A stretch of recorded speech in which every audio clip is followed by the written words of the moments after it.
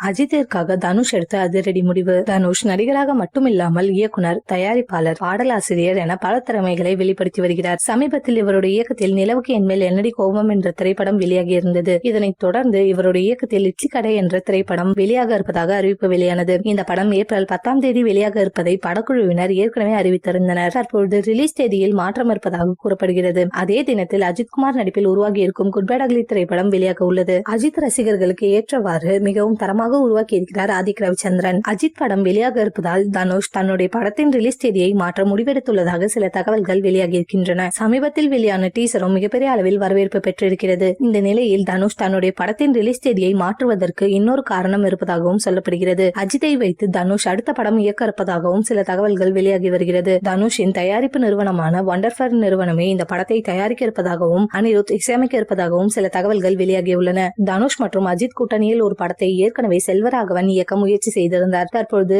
தனுஷ் இயக்கத்தில் அஜித் நடிப்பது மட்டும் உறுதியானால் கண்டிப்பாக திரையுலகில் மிகப்பெரிய சாதனை படமாக இருக்கும் என கூறப்படுகிறது. மலையாளத்தில் பிரபல நடிகர் பிருத்திவிராஜ் மோகன்லால் வைத்து 2 படங்களை இயக்கியிருக்கிறார். அதே போல தனுஷ் அஜித்தை வைத்து இயக்கினால் ரசிகர்களுக்கு மிகப்பெரிய கொண்டாட்டம் தான்.